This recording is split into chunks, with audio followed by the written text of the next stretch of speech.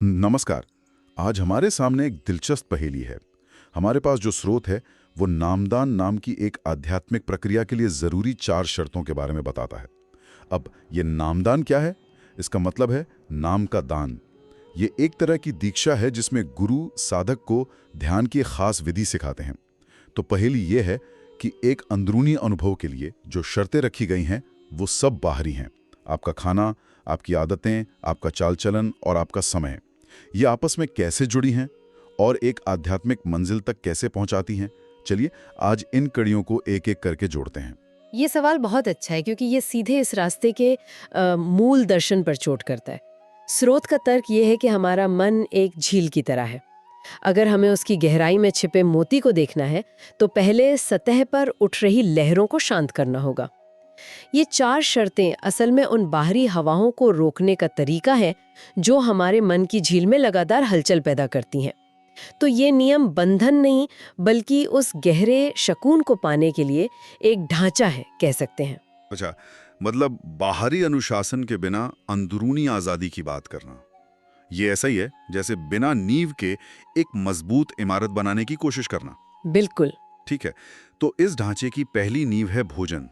पहली शर्त है एक सख्त शाकाहारी आहार जिसमें मांस, मछली, अंडे या इनसे बनी कोई भी चीज शामिल ना हो। और इसके पीछे का तर्क बहुत सीधा और कह सकते हैं प्रभावशाली है।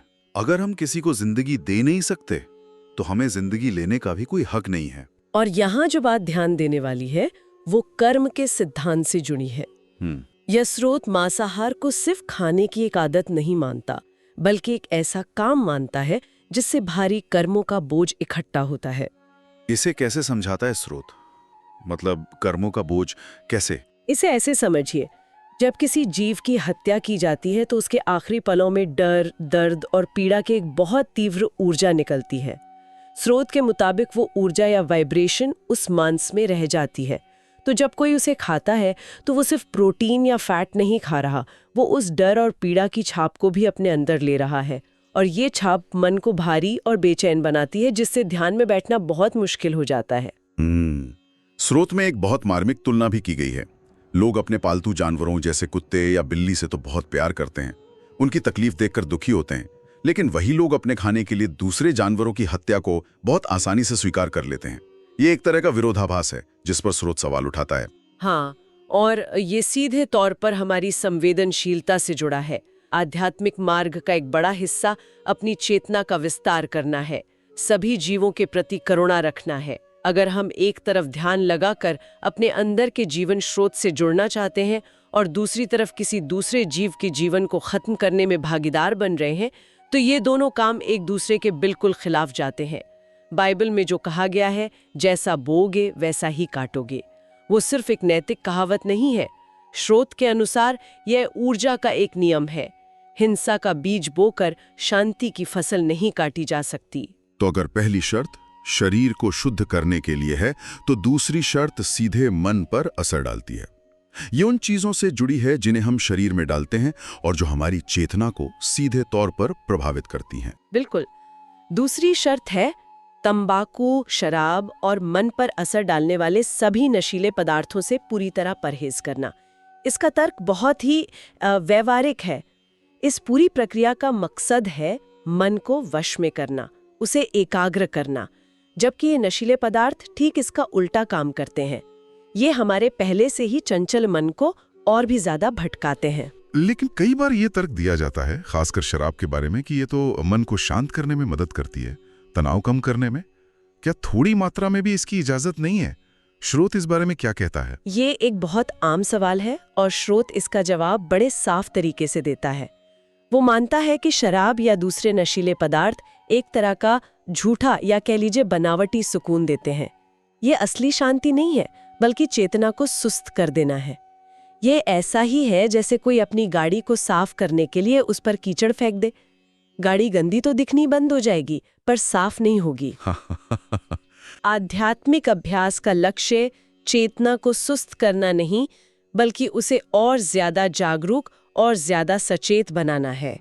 नशा हमारी उस अंदरूनी जागरूकता को खत्म कर देता है जिससे हम अपने अंदर की सूक्ष्म आवाज जिसे स्रोत में शब्द कहा गया है, उसे सुनने की क्षमता खो देते हैं। तो मतलब ये है कि अगर मंजिल मन को साधना है तो ऐसा कोई भी साधन इस्तेमाल नहीं किया जा सकता जो मन को और बेकाबू बना दे। ये तो सीधी सी बात लगती है। हाँ, और इससे एक और परत जुड़ती है। स्रोत के मुताबिक इन चीजों से पाप का बोझ भी बढ़ता है, क्योंकि ये हमें उन कामों की तरफ ढकेल सकती हैं जो हम होश में शायद कभी नहीं करते। तो एक तरफ ये ध्यान में सीधे तौर पर रुकावट है और दूसरी तरफ ये नए कर्मों का बोझ भी बनाती हैं। शरीर और मन को बाहरी चीजों से साफ रखने के बाद अब बात आती है हमारे कर्मों की, हमारे रोजमर्रा के व्यवहार की। तीसरी शर्त है एक अच्छा उसूलों वाला जीना।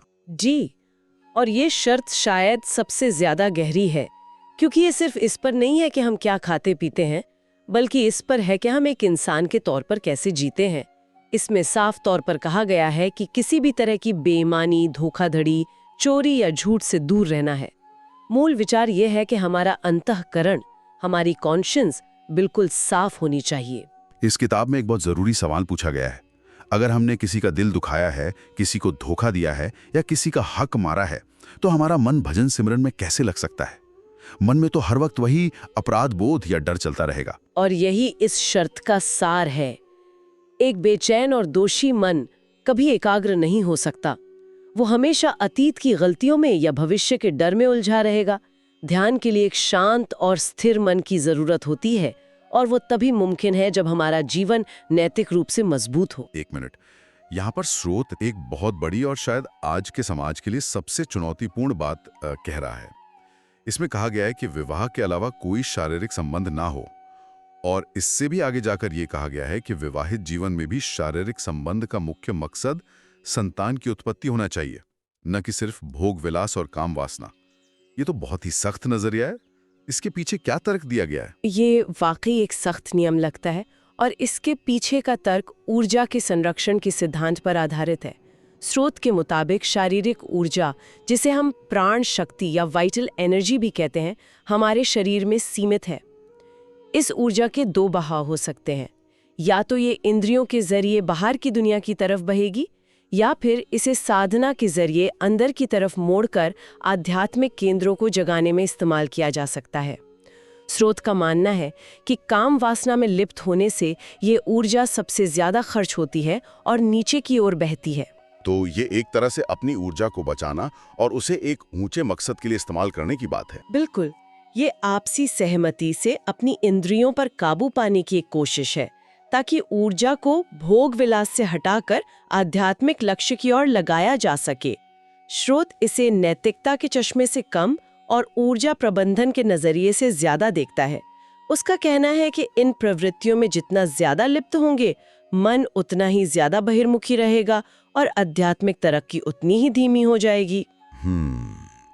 तो एक उसूलों भरी जिंदगी जीने से मन का बोझ हल्का होता है, लेकिन इस हल्के हुए मन को एक जगह टिकाने के लिए चौथी और शायद सबसे बड़ी शर्त सामने आती है, और वो है रोजाना अभ्यास की प्रतिबद्धता। जी, और ये प्रतिबद्धता छोटी मोटी नहीं है।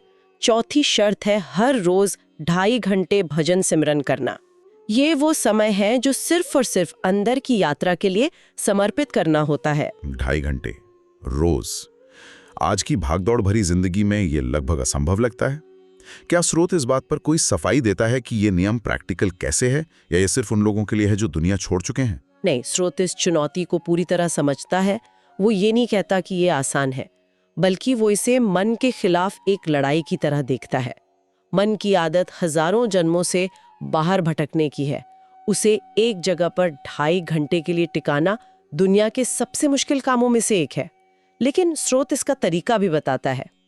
अभ्यास के 2 हिस्से हैं, सिमरन और भजन। सिमरन का मतलब है कुछ पवित्र नामों का मन ही मन जाप करना। इसका मकसद दुनिया भर से दौड़कर आ रहे विचारों को एक विचार पर केंद्रित करना है।